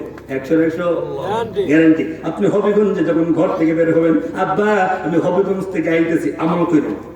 আমার অভ্যাসটা আমি কয়ে নাই, আমি ঘর থেকে যদি আমি মনে করেন 200 হাত দূরে যাই, 200 হাত দূরে যাই, বাড়ির ভিতর থেকে বাইরে যাই, আমি আমার কই আমার এক সময় থেকে আইতেছি, এটা আমার আমল আছে। কিন্তু আমার বিশ্বাস আমি অনেক বিপদ করছি, বিশ্বাস করে অনেক বিপদ আমি করছি, আল্লাহ পাক আমাকে এখন পর্যন্ত আল্লাহ হেফাজত করছে। আমি অনেক বিপদ করছি, বিপদ বলতে কি আমি অনেক সময় গাড়ির তলে পর্যন্ত গেছি, কোনো পা ঢুকে গেছে, কিছু হয়েছে না। বাসাইবার মালিক কে? হায়াত দেওয়ার মালিক কে? ছোটবেলায় কমসে কম 50 থেকে 60 হাত গাছের ভোর থেকে আমি মাটি ঘুরতে, কিন্তু আমার শরীর একটুকু হয়ে হতেছে না। এখনো মাঝে মধ্যে যখন স্মরণ হয় আমি বিশ্বাস করতে পারি না আমি এখন মনে কোনো জিন্দা আছি। 100 হাত উপর তুমি পড়ছি, মানুষ তো হাত পাওয়া ভাঙে। আমার ছোট বোন মনে হয় এখান থেকে একটু নিচে পড়ছে, 2 হাত হাত ভেঙে গেছে, কিন্তু আমি পড়ছি 50 থেকে 60 হাত উপরে, অথবা আরো বেশি হবে, আমার কিচ্ছু হয়েছে না। বাসাইবার মালিক কে? বড় বাসের নিচে আমার দুনো ট্যাঙ্ক চলে গেছে, আমি এখানে একটু মানে আঘাত পাইছি, পরবর্তী দেখছি আমি তার পাইছি দুনো চাক্কা ওয়াইছে গেছে। সময় বাসাইবার মালিক। আরেকদিন হুন্ডা লইয়া একবারে গিয়ে গর্তের মধ্যে, একবারে গর্তের মধ্যে জাম্পিং দিয়ে পড়ে গেছি, আমি কিছু হয়েছে না। তখন বিশ্বাস হয়েছে যে আল্লাহ বাসাইবার মালিক, পিছনে মা বাপের দোয়া আছে। কথা বলেন ঠিক কিনা? করতে পারবেন না, যে কোনো জায়গায় যান দুনিয়ার এখন আমাকে হুজুরকে খাওয়াইয়া খুশি করতে পারবেন না, বড় পীর আব্দুল কাদের জিলানীকে খাওয়াইয়া খুশি করতে পারবেন না, তাম দুনিয়ার জমিনের ওয়ালিকে খাওয়াইয়া খুশি করতে পারবেন না। আপনি আমের দিন আম, আঙ্গুরের দিন আঙ্গুর, আপেলের দিন আপেল, আপনি যদি আপনার আব্বার মুখে আম্মার মুখে তুইলা দেন, তাম দুনিয়ার জমিনের মানুষ যতই না খুশি হয়, আব্বা মায়ের চাইতে ডাবল খুশি হবে। আমল কই দেন, কইয়া দেখে ব্যাপার বুঝলেন না। আপনার সন্তানের বেলায় টাকা আছে, আপনার স্ত্রী বেলা টাকা আছে, মা বাপ বৃদ্ধ হয়েছে, এই সময় আপনার টাকা নাই, এই সময় আপনি খুব হিসাব করেন। বিশ্বাস করেন ওই যে নবীজির সাহাবী হযরত হারাসা রাদিয়াল্লাহু তাআলা আনহু হাদিসটা আমি যেই দিন পাইছি ওই দিন থেকে আমি মনে মনে সিদ্ধান্ত নিছি, কোনদিন আল্লাহ পাক যদি আমাকে বাঁচায় যতদিন পর্যন্ত মা বাপের খেদমতের ক্ষেত্রে, মা বাপের কোনো কিছুর ক্ষেত্রে বায়ান যারা আছে কোনদিন আর বাদ ধরতাম না। আমি এটা মনে মনে জানিছি যতদিন পর্যন্ত আমি ওই নবীজির হাদিসটা হযরত হারাসা রাদিয়াল্লাহু তাআলা আনহু হাদিসটা যখন শুরু পাইলাম, পাওয়ার পরে সিদ্ধান্ত নিয়েছি যতদিন পর্যন্ত বাঁচবো আর কোনদিন বলবো না ভাইয়া আপনি এটা দিলেন না কেন লাগি, আপনি এটা দিলেন না কেন, এটা আর বলতাম না। আমার তৌফিক যতদিন আল্লাহ পাক আমাকে বাঁচায় ইনশাআল্লাহ ততদিন পর্যন্ত আর কোনদিন কোনো ভাইয়ের সঙ্গে মা বাবার ক্ষেত্রে আর কোনদিন বাদ ধরবো না ইনশাআল্লাহ। পারবেন না আপনারা? ইনশাআল্লাহ। সম্মান বাড়াইব কে? আল্লাহ। তাই আমরা পৃথিবীর জমিনে মা বাপ পাইয়া যদি আমরা যদি আমাদেরকে কপালটা পুরা নষ্ট করি, কপালটা যদি নষ্ট করি, এর চাইতে হতভাগা আর কেউ নেই। তাই আল্লাহর নবী মুহাম্মদ রাসূলুল্লাহ সাল্লাল্লাহু আলাইহি ওয়াসাল্লাম বলেন, মায়ের বদদুয়া নিও না, মায়ের বদদুয়া নিও না। মা যদি তোমার জন্য দোয়া দেয় আল্লাহর কাছে যেগুলো কবুল হয়ে যায়, মা বাপ যদি তোমার জন্য দোয়া দেয় এটাও কবুল হয়, বদদুয়া দিলেও কবুল হয়। কথা বলেন ঠিক কিনা? কেমনে যে বুঝাই, কেমনে যে আপনাদের বুঝাই, মা বাপের দোয়া এবং বদদুয়া দুটোই কবুল হয়, বদদুয়াটাও যে আল্লাহর কাছে কবুল হয়। কেমনে বোঝাই? জুরাইজ নামক একজন আল্লাহ ছিলেন, একজন আবেদ ছিলেন, তিনি জঙ্গলে বৈশা বৈশা আল্লাহর ইবাদত করতেন, আল্লাহর গোলামি করতেন। জুরাইজ যখন জঙ্গলের মধ্যে বৈশা, যখন বুখারী শরীফের কথা বলতেছি, জুরাইজ যখন জঙ্গলে বসে যখন আল্লাহর ইবাদত বندگی যখন করে, তখন জুরাইজ ইবাদত অবস্থায় আছে, ওই দিকটা মা দরজায় গিয়ে ডাকবে, ইয়া জুরাইজ দরজাটা খোলো। জুরাইজ তখন নামাজরত অবস্থায় ছিল, তখন জুরাইজের ওই মাসলা জানা ছিল না, তিনি একজন আবেদ ছিলেন, তিনি আলেম ছিলেন না। জুরাইজের ওই মাসলা জানা ছিল না। নফল নামাজরত অবস্থায় যদি মা বাপ যদি ডাকে, তখন মা বাপের ওই নামাজটা ভাঙ্গা মা বাপের ডাকে জবাব দেওয়া তার জন্য কর্তব্য। কিন্তু ওই জুরাইজ তখন তার মাসলাটা জানা ছিল না। জুরাইজ কোনো কথা বললো না, নামাজ পড়তেছে। মা ওই দিন বিদায় নিল, অপেক্ষা করতে করতে মা বিদায়। পরের দিন আবার যখন মা আসলো, ইয়া জুরাইজ বলে ডাকবে, এবারও জুরাইজ নামাজরত অবস্থায় আছে, এবারও মা চলে যায়। তৃতীয় নম্বর বার যখন ওই জুরাইজকে যখন মা ডাকলো, জুরাইজ এবারও নামাজরত অবস্থায় আছে, জুরাইজ দরজা খুলে না, মা মুখ থেকে ফুসকে বের হয়েছে, আল্লাহ আমার জুরাইজ যেন কোনো বেশ্যানারীর কফরে না পড়ে, যেন মৃত্যু হয় না। কবুল করছেন কে? পরবর্তীতে দেখা যায় ওই জুরাইজের অবস্থা অবস্থা কেমন হয়েছে। পরবর্তীতে ওই এরিয়ার মধ্যে একজন মহল্লার মধ্যে একজন মহিলা, খারাপ একজন মহিলা জুরাইজের দরবারে যায়। গিয়া জুরাইজের দরবারে তার মনের আশা পূরণের করার জন্য বলছে। জুরাইজ তাকে দূর দূর করে তাড়ায় দিয়েছে। প্রতিমধ্যে একটা রাকাল ছেলের সঙ্গে তার মনের বাসনা পূর্ণ করলো। ওই মহিলার করে একটা বাচ্চা জন্ম নিয়েছে। বাচ্চা জন্ম নেওয়ার পরে সকলে ডাকতে বলে, মহিলা তোমার তো বিবাহ হয় নাই, বিবাহ যদি না হয় তোমার বাচ্চা কোথার থেকে আসলো? মহিলা নিজেকে বাঁচার জন্য এবং কিছু শয়তান প্রস্তুত করে মহিলা মানুষগুলা শিখায় দিয়েছে, বলো ওইটার সন্তানের বাবা হলো জুরাইজ, কারণ সন্তান তো আর কথা বলতে পারে না, সন্তানের বাবা হলো জুরাইজ। এবার সকলে যখন শিক্ষা দিল তখন ওই জুরাইজ আল্লাহর ইবাদতরত অবস্থায় আছে। এবার মহিলাকে যেই শিক্ষাটা দিয়েছে, মহিলার গ্রামবাসী সকলের সামনে বললো। বলার পরে দেখা যায় গ্রামবাসী একত্রিত হইয়া জঙ্গলে গিয়ে দেখা যায় জুরাইজের ইবাদতখানা তারা ভেঙে ফেলছে। কারণ বাঙালি জাতি, আমরা মানুষ জাতি হুজুকে বাঙালি কিছু বুঝার আগেই একবারে তছনছ করে নাই কথা কোন ঠিক কিনা। এবার জুরাইজের ইবাদত করা বাংলা বেড়াচ্ছে। জুরাইজুলের কিসের জন্য আমার ইবাদত করে বাংলা? ও জুরাইজ চুরি করছো তো করছো, আবার সিনা চুরি আমরা একটা প্রবাদে বলি।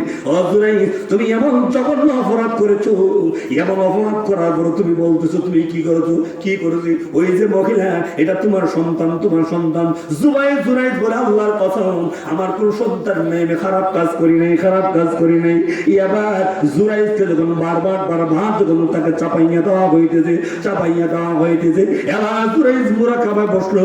মুরাকাবায় বইসা ব্যবহার বুঝার জন্য এবার জুরাইজ তাকায় থেকে মুরাকাবায় বইসা থেকে এমনি দেখেন আল্লাহ বলেন, এ জুরাইজ তোমার মা তোমাকে পর্যন্ত ডাকিয়েছে। ওই যে মা ফুসকে বলেছিল বেশ্যাদের কফরে পইনা তোমাকে মৃত্যুবরণ যেন না হয়। এবার জুরাইজ বুঝতে পেরেছে এটা আর কার সারি না, এটা হলো আমার মায়ের বদুয়া। মায়ের মাকে কষ্ট দেওয়া যাবে না, মাকে কষ্ট দেওয়া যাবে না। মাকে কষ্ট দেওয়া যাবে না। তাহলে মাকে পদ্ম দিলে পরে বলুন তো কি বিপদ আসেনি? বিপদ আসেনি মায়ের ক্ষেত্রে। এবার আসুন মার দোয়া লইলে লাভটা কি হয়? লাভটা কি হয়? আল্লাহ রাব্বুল আলামিন একজন নবী পয়গম্বর সৃষ্টি করেছেন, নাম হলো হযরত মূসা পয়গম্বর। ওই মূসা আলাইহিস সালাম একদিন আল্লাহর কাছে দোয়া করলেন, প্রভু আমাকে একটু বলো তো দেখি জান্নাতে আমার সঙ্গে কে সাথী হবে, কে সাথী হবে? জান্নাতে কে আমার সাথী হবে একটু জানতে চাই। আমার মহান আল্লাহ বলেন, এ মূসা পয়গম্বর জান্নাতে তোমার সাথী হবে অমুক গ্রামের কসাই। কি নবীর সাথী কি হইব? কসাই বলে নবীর সাথী হইব। এমনি আল্লাহ নবী বিশ্ব আল্লাহ নবী হযরত মূসা পয়গম্বরের প্রভু ওই কসাই আমার সঙ্গে জান্নাতের সাথী হবে, একটু দয়া করে তুমি আমাকে দেখাইয়া দিবা, আমি দেখতে চাই, জানতে চাই। আল্লাহ রাব্বুল আলামিন নাম ঠিকানা সব বইলা দিলেন। এবার ওই কসাইকে দেখার জন্য আল্লাহ নবী হযরত মূসা পয়গম্বর ওই গ্রামের মধ্যে গেলেন। ভালো করে বুঝেন বাবা, মা বাবার দোয়া আল্লাহর কাছে কেমন ভাবে কবুল হয়। ওই কসাই যেই কসাই যেই গ্রামের মধ্যে বসবাস করে, ওই গ্রামের মধ্যে হযরত মূসা পয়গম্বর গেলেন। বাজারে যাওয়ার পরে তিনি লক্ষ্য করে দেখলেন ওই বাজারের মধ্যে একজন কসাই দেখা দেয়। ওই কসাই গরুর গোশত বিক্রি করে আর দেখা যায় কলিজা এবং বাকিগুলা যা আছে একটা তলির মধ্যে পড়ে, সামনে বিশাল একটা খাঁচা আছে, ওই খাঁচাটাকে উঠাইয়া বিকালবেলা আবার বাড়িতে যাইতেছে। মূসা পয়গম্বর রাস্তার মধ্যে পড়লেন, আসসালামু আলাইকুম ওয়া রাহমাতুল্লাহ, ভাই বড় বিপদে আছি, আমাকে আজকে দিনটাকে আজকে রাত্রটাকে একটু আশ্রয় দিবানি। তখন ওই লোকটা জানে না তিনি বনি ইসরাইলের নবী মূসা পয়গম্বর। বনি ইসরাইলের নবী মূসা তারা জানা নাই। এবার যখন ওই লোকটা বলল, ভাই আমাকে একটু আশ্রয় দিবেন, আজকে রাত্রিটা থাকবো। লোকটা রাখতে বলে এটা তো আমার খুশকিসমত, মেহমানদারি করে এটা খুশকিসমত। এবার আল্লাহ নবী হযরত মূসা পয়গম্বর তার বাড়িতে গেলেন। যাইতে যখন বাড়িতে গেলেন, যাওয়ার পর ওই লোকটা একটা বাংলা ঘরের মধ্যে মূসা পয়গম্বরকে বসালো। তিনি বেন ঘরের মধ্যে চলে গেলেন আর বলেন, ভাই আপনি একটু অপেক্ষা করেন, কিছুক্ষণ পরে আসতেছি। এবার আল্লাহর পয়গম্বর হযরত মূসা আলাইহিস সালাম ঘরের মধ্যে গেলেন। ঘরের মধ্যে যাওয়ার পরে তিনি বসলেন। ওই লোকটা ঘরের ভিতরে ঢুকলো। ঘরের ভিতরে ঢুইকা ওই লোকটা খাবার দাবার বানাইলো, খাবার দাবার বানাইয়া একসাথে খাবারের জন্য বসলো। বিশাল একটা খাঁচা আনলো, খাঁচাটাই না তার সামনে আনলো। দেখবেন কিছু মানুষ আছে শুধু দেখবেন বয়সের বারে একবারে বৃদ্ধ হয়ে একবারে শুধু হয়ে যায় কি হয়নি, একবারে 3 কল্লা দেখা যায়, হাঁটুটা মাথাটা নিচের দিক দিয়ে চলে যায়, এরকম আসেনি? এবার আল্লাহর পয়গম্বর হযরত মূসা আলাইহিস সালাম তিনি দেখতেছেন ওই লোকটা এক লোকমা খায়, এক লোকমা খাসাব দেয়, এক লোকমা নিজে খায়, এক লোকমা কি দেয়, খাসাব দেয়। এবার চিন্তা করলেন ব্যাপারটাকে, কিছুই তো বুঝলাম না। মনে খুব মানে জাগলো, কিরে খাসার ভিতরে কি একটু দেখার দরকার, দেখার করতাম, কিন্তু সুযোগ পাইতেছে না। এমনি হঠাৎ করে ওই লোকটাকে একজন ডাকতেছে, তখন লোকটা ডাকতে বলতেছেন, ও মুসাফির আপনি খান, আমি একটু আসতেছি। উনি যখন বাইরে গেলেন, মুসা পয়গম্বর বলেন, তুমি যাও, আমার দেখার সুযোগ হইছে, তুমি যাও, আমার দেখা শুরু হয়েছে। এবার যখন আল্লাহর নবী হযরতে মূসা পয়গম্বর যখন খাঁচার মুখটা যখন সরাইলেন, সরাই দেখলেন এটার ভিতরে বয়সের বারে একজন বৃদ্ধা মহিলা আমার দেখে দেখাইছে, দেখাইয়া মুস্কি হাসি দিয়া দুনিয়ার জমিন থেকে চলে গিয়েছে। এবার তিনি আর বলতে বললেন, এবার যখন ওই লোকটা আসলো, আসার পরে তিনি তাড়াতাড়ি আগে খাঁচার মুখটা কাটলেন, খাঁচার মুখটা কাইনা লোকটা যখন রুমের ভিতরে প্রবেশ করলো, এক লোকমা খায়, এক লোকমা খাঁচার দেয়, কিন্তু আবার খাবার নেয় না। খাবার কেন নেয় না? কারণ এই জন্য উনি দুনিয়াতে নাই। এক লোকমা খায়, এক লোকমা খাঁচার দেয়, এবার দেখা যায় খাঁচার থেকে খাবার নেয় না। কিরে ব্যাপারটাকে কিছুই তো বুঝলাম না। খাঁচার মুখটা সরা দেখে ওই যুবকের মার দুনিয়াতে নাই। যেই মুহূর্তে দেখেছে মা দুনিয়ার জমে নাই, এমনি যুবকটা ডাকতে বলে, আল্লাহর পয়গম্বর আপনি কি বনি ইসরাইলের নবী মূসা? মূসা পয়গম্বর বলেন, রে যুবক, আমি তো আমার নাম প্রকাশ করি নাই, আমি তো তোমার কাছে আমার পরিচয় দেয় নাই, তাহলে তুমি আমার পরিচয় জানলে কোথা থেকে, কেমনে তুমি বুঝলা আমি বনি ইসরাইলের নবী মূসা? যুবকটা ডাকতে বলে, আল্লাহর পয়গম্বর মূসা আমি কেমনে জানছি জানি? আমার ওই যে খাতার ভিতরে বিদ্যা মহিলা দেখেছো, উনি আর কেউ নয়, উনি হলো আমার জন্মধারণী মা। ওই মা প্রতিদিন আল্লাহর কাছে দোয়া করতেন, আল্লাহ আমার সন্তান আমার যে খেদমত করতেছে, আমার যে খেদমত করতেছে, আল্লাহ আমার সন্তানকে বনি ইসরাইলের নবী মূসার সঙ্গে জান্নাতে উঠাইও। আর জোরে বলেন সুবহানাল্লাহ।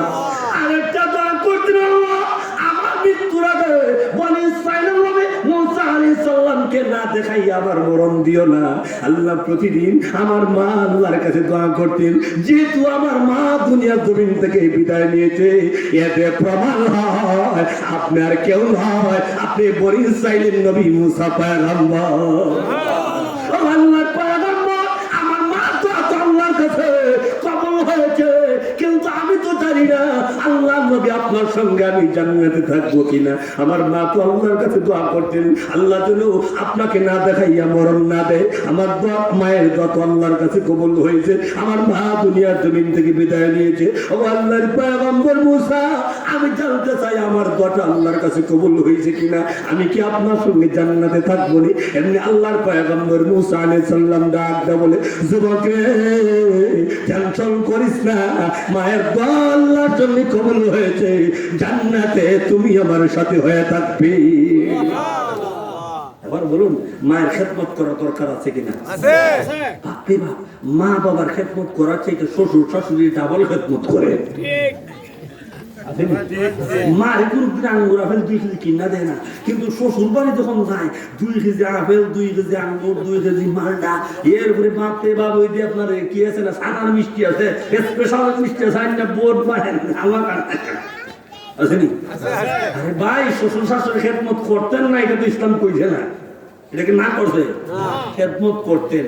তবে মা বাবা আপনার কাছে চাইছে এক গিরা ভান আইনা দেয়, তখন খাও গেলেন না ইসলাম হয়নি।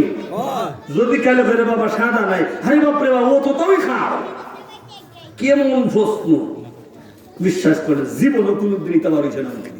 দোয়া করবেন আল্লাহ যেন বের না করে, জীবনে কোনদিন বের হয়েছে না। আমাদের আব্বা আম্মার কথা বলি, বললে এটা না বলেও পারি, জন্মের পর থেকে নিয়ে আমার বড় একটা আশা মানে আদ্য আকাঙ্ক্ষা, আমার মুখ থেকে শুনতাম যে আম্মা, আমি কতদিন বলে যে তুমি কিতা জানা যায় একটু হো, একটা দিন শুনতাম আমি আইনা দিতাম, এটা হলো আমার আফসোস। কিন্তু এখন পর্যন্ত মুখ দেওয়ার করতে পারছি না, কোন দিন না।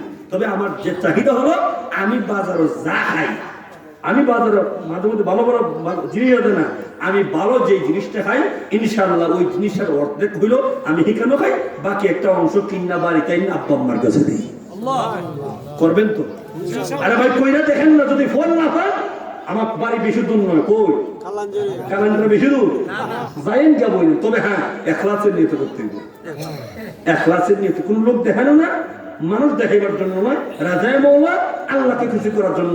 আল্লাহর ইবাদতের পরে আপনি খেদমত করেন। আমি যত বড় মুফাসসির হই, আর যত বড় মুহাদ্দিস হোক, যত বড় শাইখুল হাদিস হোক, মা বাপকে কষ্ট দিয়া শাইখুল হাদিস হওয়া যায় না, মা বাপকে কষ্ট দিয়া আল্লাহর কাছে দামি হওয়া যায় না।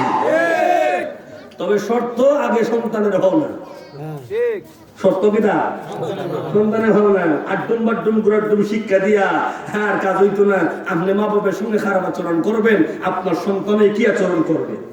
কথা বলে একদিন আমার কাছে একজন কাছে হুজুর, আমি এক জায়গায় ইমামতি করতেছি, হুজুর আমার সন্তান আমার সঙ্গে খারাপ আচরণ করে, আমার সন্তান হি করলো, আমার মারবার লাগে। এবং আমি জিগে গেছি মুরব্বী সাহেব, আপনাদের লই আয়, আপনি আমার আব্বার লগে কেমন ব্যবহার করতাম? ও হুজুর থেকে তা কইলা, আমার আব্বার আমি কইল যাতে মহব্বত করতাম। আমি মনে মনে হই তোমার কথা আমার বুঝেছি, তোমার কথা আমার বুঝে। পরবর্তীতে ওনার গোষ্ঠীর একজনে জিগাইলাম, আচ্ছা ভাইসা অমুক চাচা দে, উনি চাচা ওনার আব্বা আম্মার লগে কেমন ব্যবহার করতেন? ওই হুজুর কইয়া লাভ নাই, উনি যুবক অবস্থায় হিকল লইয়া আব্বার চোখের সামনে গিয়া হয়তো গীতা লাই কি লাই বলুন তো দেখি, খের হলটা হইতেছে। আপনি যেমন আচরণ করবেন, যেমন ব্যবহার করবেন, তেমনটাই পাবেন। কথা বলেন ঠিক কিনা?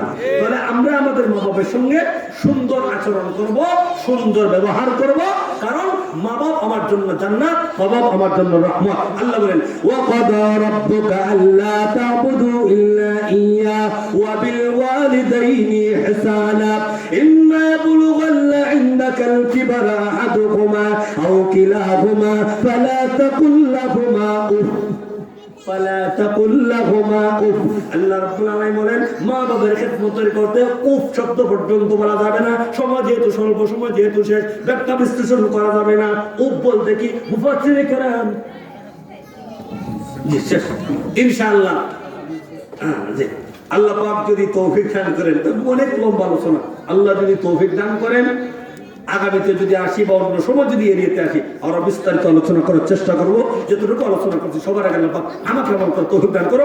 সকলে বলেন আমিন। ওয়া মা আলাইনা ইল্লাল বালাগ। আসসালামু আলাইকুম ওয়া রাহমাতুল্লাহি ওয়া বারাকাতুহু।